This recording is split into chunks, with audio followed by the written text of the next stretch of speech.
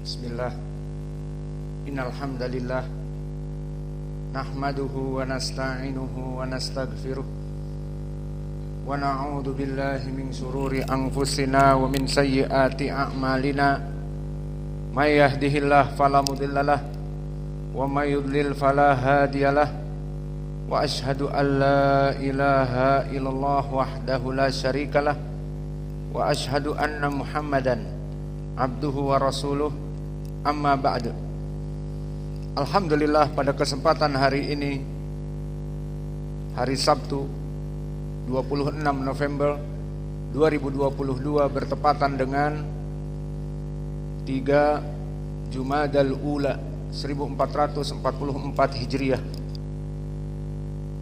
Kita masuk kepada kajian di Fakultas Ilmil Quran dalam pembahasan tafsir Suratul Hijr, yang mana terdahulu telah kita selesaikan dari surat Ibrahim dan kita masuk kepada surat Al-Hijr. Maka surat Al-Hijr dari ilmi usuli at-tafsir, Suratul Hijr surah Makkiyah, yang mana dia adalah surat yang diturunkan di Makkah. Telah terjadi ikhtilaf di kalangan para ulama, apakah dia surat Makkiyah atau surat Al-Madaniyah. Maka disebutkan oleh Imam Ibnu Abbas, Qatadah, Abul Aliyah Ar-Riyahi dan yang lainnya bahwa dia adalah surat dari Makkiyah. Sebagian mengatakan Al-Madaniyah dan sebagian mengatakan setengah Makkiyah dan setengah Al-Madaniyah.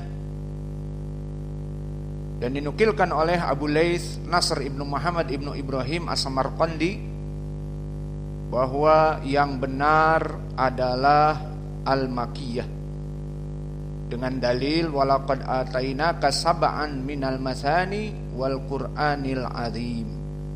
Maka di dalam ayat ini disebutkan walaqad atainaka sab'an minal masani, maka kami telah memberikan kepadamu sab'an minal masani, dan tafsirnya di sini adalah surat Al-Fatihah. Dan surat Al-Fatihah adalah surat yang diturunkan di Makkah. Maka dari lafaz ayat di dalam surat Al-Hijr ayat ke-87, walaqad atainaka sab'an minal masani wal Qur'anil azim, maka surat Al-Hijr adalah Makkiyah, dinukilkan oleh As-Samarqandi tadi bil ijma'.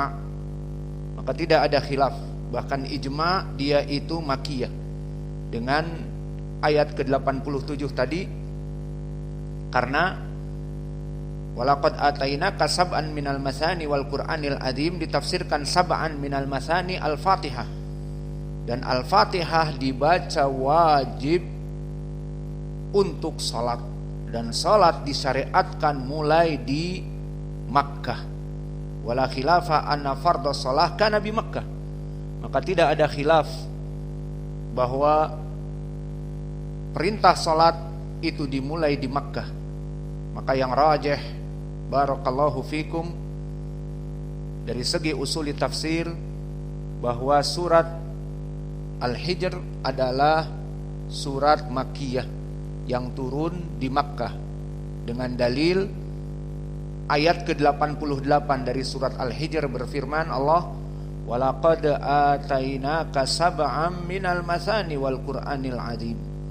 Maka kami telah menurunkan sab'an minal masani, ditafsirkan Al-Fatihah, dan Al-Fatihah adalah surat yang wajib dibaca, membaca surat Al-Fatihah di dalam salat, seperti di dalam hadis yang muttafaqun alaih dari Ubadah bin Samit, la salata liman lam yaqra bi Fatihatil kitab, la salata liman lam yaqra bi Fatihatil kitab. Maknanya tidak diterima salat seseorang jika dia tidak membaca Al-Fatihah. Maka kalau begitu, Al-Fatihah syarat dari salat, dan salat mulai diperintah di Makkah. Maka turunnya ayat Al-Hijr di Makkah itu lebih rajih. Wallahu a'lam. Adapun surat Al-Hijr maka dia adalah 99 ayat. Adapun nomor dari urutan di atas mulai dari Al-Baqarah sampai ke bawah maka dia urutan nomor 15. Maka surat Al-Hijr ini adalah urutan nomor ke-15 dan dia masuk kepada juz, kalau dari awal Al-Baqarah juz yang pertama maka dia masuk kepada juz yang ke-14, diturunkan setelah surat Yusuf dan dimulai surat Al-Hijr seperti di dalam mushaf. Kasih mushaf Bu Ahmad, karena pelajaran tafsir dibukakan surat Al-Hijr. Maka jika kita melihat kepada mushaf, tertulis di ayat yang pertama Alif Lam Ra, maka diawali dengan huruf muqatta'ah, huruf-huruf yang terputus. Adapun dinamakan surat Al-Hijr dinisbatkan kepada penduduk kaum Samud, karena di dalamnya ada kisah Nabi Saleh yang mana menasehati dan mendakwahi kaum Samud. Dan Al-Hijr adalah Madinah, kota di mana penduduk Samud tinggal padanya. Dan kalau ditanya sekarang letaknya di mana? Letaknya antara kota Madinah An-Nabawiyah di Saudiyah mengarah kepada utara, ke arah Syam ataupun sekarang menjadi Suria. Antara Madinah dengan Suria, disitulah negara atau negeri yang bernama Al-Hijr, yang dulu tempat diadabnya kelompok Samud yang tidak taat kepada Nabi Saleh. Dan di dalam hadis disebutkan bahwa Nabi melewati daerah tersebut dan Nabi bergerak dengan cepat.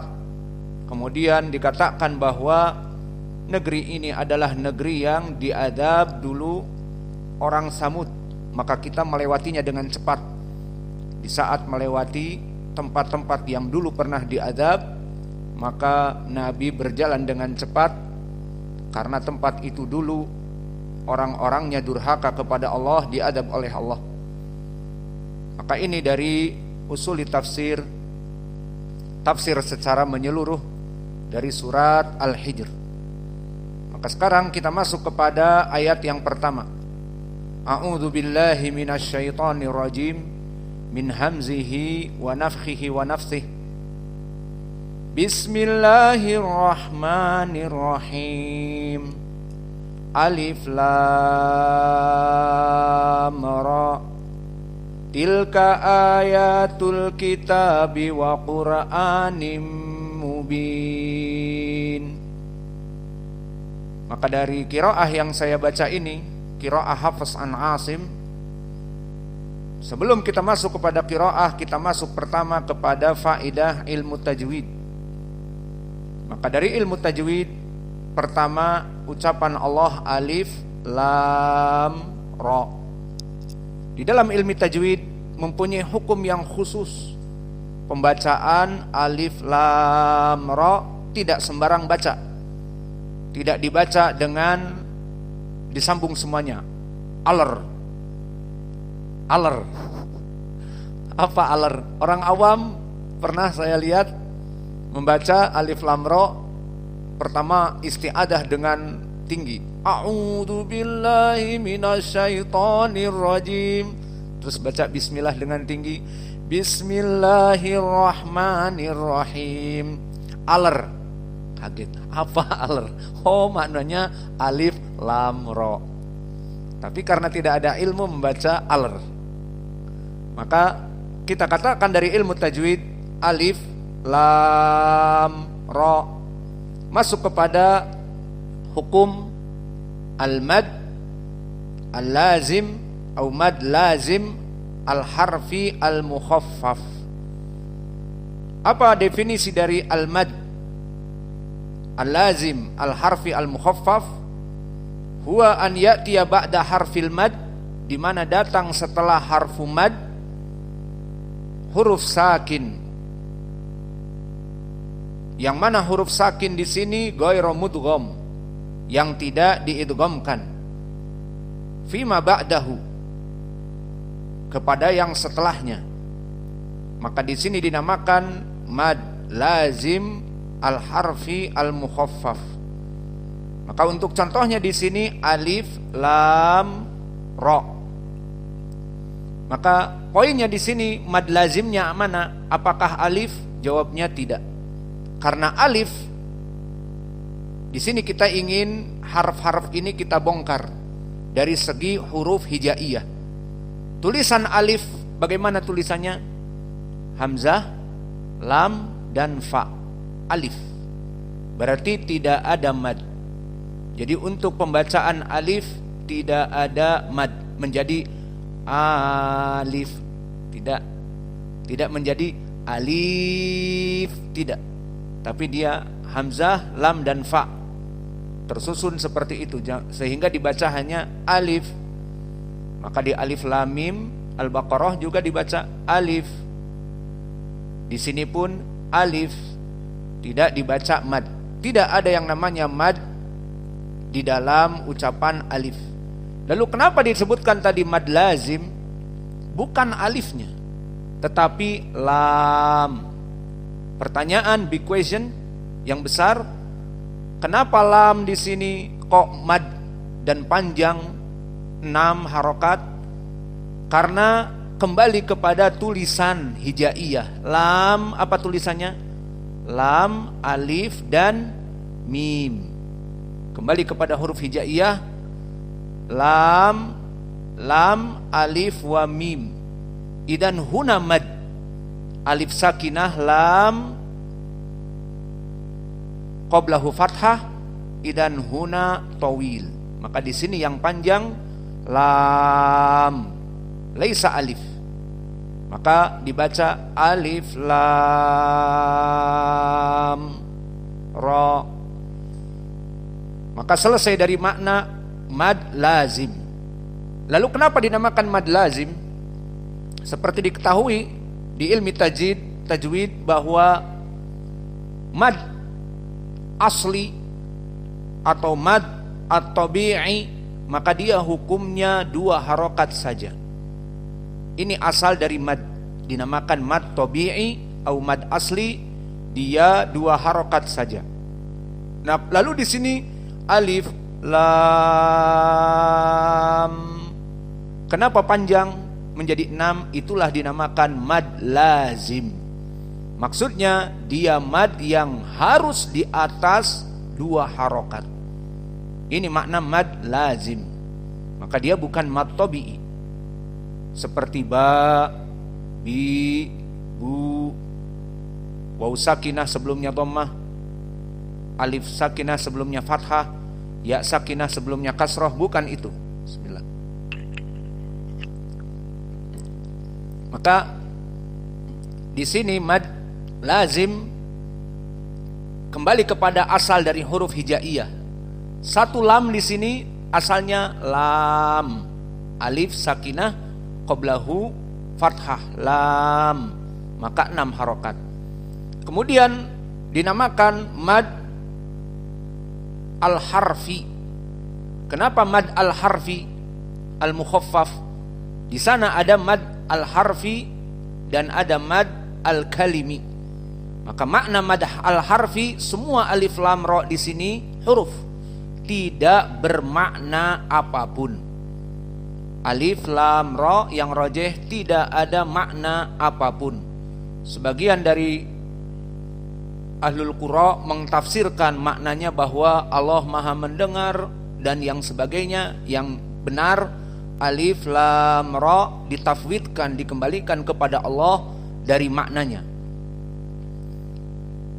Maka dinamakan mad al-harfi, dia huruf. Dan di sana ada mad seperti ini, panjang 6 harokat atau 4 sampai 5 menurut qiraah Hafiz. Di sana mad lazim al-kalimi, seperti di dalam surat Al-Fatihah yang kita baca sehari-hari. Ad-dallin. Maka adha di sini mad lazim al-kalimi. Kenapa mad lazim harus di atas 2? Berarti dia 4 sampai 5 menurut qiraah Hafs. Adapun qiraah Wars an-Nafi' dia harus